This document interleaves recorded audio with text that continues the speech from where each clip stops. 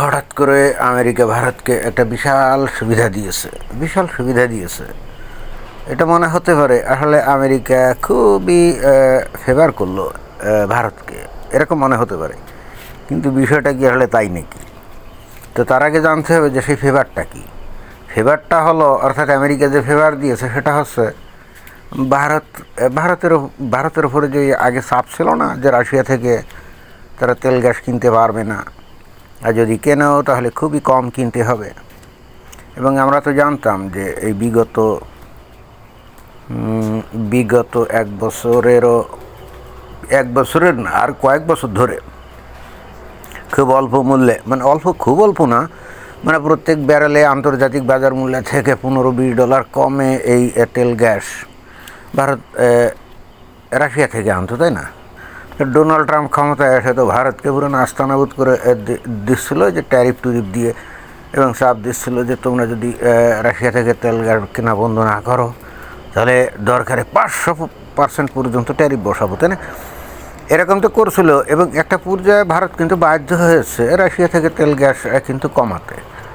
এবং আমেরিকা বলছিল তোমরা ওই ভেনিজুয়েলা থেকে তেল কেনো, নাইলে আমাদের এখান থেকে তেল কেনো, এরকম, বা উপসাগরীয় দেশ থেকে তেল কেনো, এটাই তো ছিল। এবং রাশিয়া থেকে তেল কেনা কমায় দিয়েছিল। এখন যে বিশেষ সুবিধা যেটা এই খবরে জানা গেল, সেটা হলে আমেরিকা ভারতকে বলছে ঠিক আছে, তোমরা রাশিয়া থেকে আপাতত তেল কিনতে পারো, এবং সম্ভবত 30 দিন সময় দিয়েছে। এই 30 দিনের মধ্যে তোমরা যত ইচ্ছা করে তেল কিনতে পারো, আমাদের কোনো নিষেধাজ্ঞা নাই। এখন ঘটনা কি? হঠাৎ করে আমেরিকা ভারতকে সুযোগ দিল কেন? ঘটনা কিন্তু খুব ইন্টারেস্টিং। এবং এটা বুঝতে গেলে আমাদেরকে একটু এই আমেরিকা, ইসরায়েল এবং ইরানের মধ্যকার যে যুদ্ধ আছে না, এই যুদ্ধের ঘটনা দেখলেই কিন্তু বিষয়টা পরিষ্কার হয়ে যায়। এখানে যে ইরান এবং তারপরে কি পিছনে, অর্থাৎ পশ্চিমে কি পার্সিয়ান গালফ, রাইট? এবং এই পার্সিয়ান গালফের সাথে একেবারে লাগোয়া যে কুয়েত, ইরাক, এই যে সৌদি আরবের বিরাট অংশ, কাতার, তারপরে ইউনাইটেড আরব আমিরাত, তারপরে ওমান। এখন এই দেশগুলা থেকে যে তেল গ্যাস এই পার্সিয়ান গালফ দিয়ে, এই যে হরমুজ প্রণালী দিয়ে যায় 20-25%, রাইট? এখন এই তেল গ্যাস কারা নেয়? পশ্চিম ইউরোপীয় দেশগুলা, ভারত, এরাই তো নেয়, বিশেষ করে পশ্চিম ইউরোপীয় দেশগুলা। এখন পশ্চিম ইউরোপীয় দেশগুলা তো ওই রাশিয়া থেকে তেল গ্যাস অনেক আগেই বন্ধ করে দিয়েছে। এবং এখন হঠাৎ করে তো আর এরা গিয়ে ওই রাশিয়ার কাছে ধন নাও দিতে পারে না, সেটা তো একটা প্রেস্টিজের ব্যাপার, তাই না?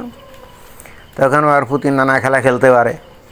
বেসিক্যালি ঘটনা হচ্ছে যে এখানে এই কুয়েত, কাতার, তারপরে এই যে সৌদি আরবের এই অঞ্চলে যে তেল গ্যাসের আছে, তাদের কূপটুপ আছে, বা এই যে বাহরাইন, কাতার ইত্যাদি যেগুলো আছে, এই যে ইরানের তো প্রচুর পরিমাণে মিসাইল আছে, রাইট? এবং একেবারে স্বল্প পাল্লার মিসাইল দিয়ে, ধরেন 300-400 কিলোমিটার পাল্লার মিসাইল দিয়ে এর অনেকগুলাই কিন্তু আগে করে দিয়েছে। যে কাতার, তারপরে সৌদি আরব, কুয়েত, এদের যে তেল গ্যাসের যে ইয়েগুলা, মানে উত্তোলনকারী যে সিস্টেম, বা কি বলে, যে ওই কূপগুলা বা উত্তোলন যেগুলো করতেছিল আর কি, তো মিসাইল মারছে, তারপরে কি মারছে, ওই যে ড্রোন মারছে, তাই না? এগুলো তো প্রোডাকশন অলরেডি বন্ধ। কাতার প্রোডাকশন বন্ধ করে দিয়েছে, কুয়েতও বন্ধ করে দিয়েছে। আর যদি বন্ধ না হতো তাহলে হরমুজ প্রণালী দিয়ে তো এদের এই জাহাজগুলো যাওয়া লাগতো, ট্যাঙ্কারগুলো।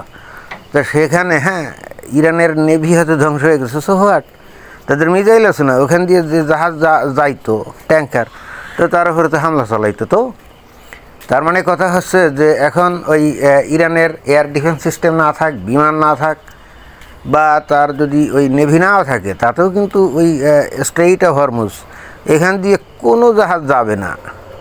তাহলে দুইটা ঘটনা এখানে প্রনিধানযোগ্য। এই গালফ উপসাগরের কিনারে অবস্থিত প্রত্যেকটা দেশের তেল গ্যাস উৎপাদন বন্ধ। তারপরেও যা কিছু হয়তো ট্যাঙ্কারে ঢুকাছে, সেটা ওই হরমুজ প্রণালী দিয়ে যাইতে পারবে না। তো তাহলে এই যে পশ্চিম ইউরোপীয় দেশগুলো তেল গ্যাসের ভয়ঙ্কর চাহিদার মধ্যে পড়বে না, মানে সেখানে একটা তীব্র আহাজারি শুরু হয়ে যাবে না? তো আমরা তো আগেই জানতাম যে ভারত কী করতো, রাশিয়া থেকে তেল এনে সেগুলো তাদের রিফাইনারিতে রিফাইন করে সেইগুলোই কিন্তু আবার এই যে পশ্চিম ইউরোপে রপ্তানি করতো, তাই না? ভারতে কোনো তেলের তেমন কোনো যে খনিমনি না থাকা সত্ত্বেও ভারত কিন্তু অন্যতম বৃহৎ রপ্তানিকারক দেশ হয়েছিল তেল এবং গ্যাসের। কীভাবে? ওই রাশিয়া থেকে এনে সেগুলো আবার রিফাইন করে তারা পশ্চিম ইউরোপে বিক্রি করতো। তো এখন এই যে পশ্চিম ইউরোপীয় দেশগুলোর সাথে তো ওই যে রাশিয়া তো একটু এটা ওটা সেটা নানা ঝামেলা করবে, তাই না? আর এখন তো পশ্চিম ইউরোপীয় দেশগুলো তো আর রাশিয়ার কাছে গিয়ে বলতে পারতেছে না ভাই তেল দাও, কারণ এরা তো অনেক আগে বন্ধ করে ফেলছিল, তাই না? রাশিয়া আর পুতিন তো তেলেসমাটি করবে, অলরেডি বলছে যে আমাদের কাছ থেকে যেহেতু তেল গ্যাস কিনো না, আমরা অন্য বায়ার আমরা ঠিক করছি। এই হলো আসল ব্যাপার। অর্থাৎ পশ্চিম ইউরোপে তেল গ্যাসের যোগান ঠিকমতো বহাল রাখতে এখন আমেরিকা ভারতের শরণাপন্ন হয়েছে। অর্থাৎ ভারতকে বলছে তোমরা যত পারো ইয়ের থেকে তেল আনো, কি এই রাশিয়া থেকে তেল আনো, গ্যাস আনো এবং প্রসেস করে সেগুলো আবার পশ্চিম ইউরোপে রপ্তানি করো। বেসিক্যালি পশ্চিম ইউরোপকে বাঁচানোর জন্যই এই সুবিধাটা দিয়েছে, অন্য কোনো কারণে না। এটা এমন না যে ভারতের প্রতি ডোনাল্ড ট্রাম্পের বিশাল ফিরিত উতলে উঠছে, এই জন্য ভারতকে বলছে তোমরা ঠিক আছে স্বল্প মূল্যে তেল কেনো। তবে সে আনাত পাবলিক তো ওই যে ওই ভ্লাদিমির পুতিন, তাই না? সে তো জানে ঘটনা কি। এইবার ভারতের কাছে যদি তেল গ্যাস বিক্রি করে, আমার মনে হয় না যে ওই যে আগে যেমন রিডিউসড প্রাইসে দিত না, প্রত্যেক ব্যারেলে মনে করেন $10-15 কম, আমার মনে হয় যে এইবার সেইটা দিবে না, বলবে যে না ঠিক আছে মার্কেটে যে দাম আছে সেই দামেই কিনতে হবে। তাতেও ভারতের লস নেই, কারণ এরপরও এনে তারা রিফাইন করে আবার সেগুলো রপ্তানি করলে মাঝখান দিয়ে দালালি খাইতে পারবে, তাই না? আর রিফাইন কস্ট পাবে, তাদের দেশের কিছু লোকের কর্মসংস্থান হবে, তাদের তেল রিফাইনারির লাভটাভ হবে। হ্যাঁ, এটা ভালো, ভারতের জন্য লাভ। বাট ঘটনা কিন্তু এইটা, ডোনাল্ড ট্রাম্প হয় ফিরিতি বোর্ডে অথবা প্রেম উসলায় উঠছে বলে ভারতের এই সুযোগ সুবিধা দিচ্ছে, আমার তো মনে হয় না। ঘটনা এরকমই। বস্তুত এই উপসাগরীয় অঞ্চলের দেশগুলোর তেল গ্যাস উৎপাদনে ঘাটতি পড়ে যাওয়ায় ইউরোপীয় দেশগুলো বড় বিপদের মধ্যে পড়ে গেছে, তারা খুব আতঙ্কের মধ্যে আছে। তারা ডোনাল্ড ট্রাম্পের উপর প্রচণ্ড প্রেশার ক্রিয়েট করছে যে তুমি এই যে যুদ্ধ শুরু করছো, এখানে আমরা তো আমাদের অর্থনীতিতে এখন দুমড়ে মুচড়ে পড়তে যাচ্ছে, তো যুদ্ধ শুরু করছো তুমি ওই ইসরায়েলের সহযোগিতায় বা ইসরায়েলকে সহযোগিতা করার জন্যে, আর এখন আমরা বিপদে পড়লাম, তো আমাদেরকে উদ্ধার করো। এই জন্যেই ডোনাল্ড ট্রাম্প বলছে ঠিক আছে ভারত তুমি রাশিয়া থেকে তেল কেনো। খারাপ না, যুদ্ধটা দৌড়াই করতেছে, মাঝখান দিয়ে লাভ করবে ভারত, খারাপ না। তবে দেখবেন যে ভারতের কিছু ব্লগার বা বিশ্লেষক এসে বলবে যে এটা ভারত একটা মাস্টার স্ট্রোক দিয়েছে। ওরা আবার এই মাস্টার স্ট্রোক শব্দটা খুব ইউজ করে, ওই যে ক্রিকেটের থেকেই মনে হয় শব্দটা ওরা শিখছে। আমি দেখছি যে ওরা এই মাস্টার স্ট্রোক মানে প্রতি মুহূর্তে ওদের নরেন্দ্র মোদী খালি মাস্টার স্ট্রোক দিয়েই যাচ্ছে।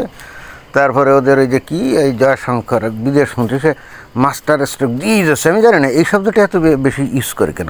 এখানে মাস্টার স্ট্রোকের কিছুই নেই।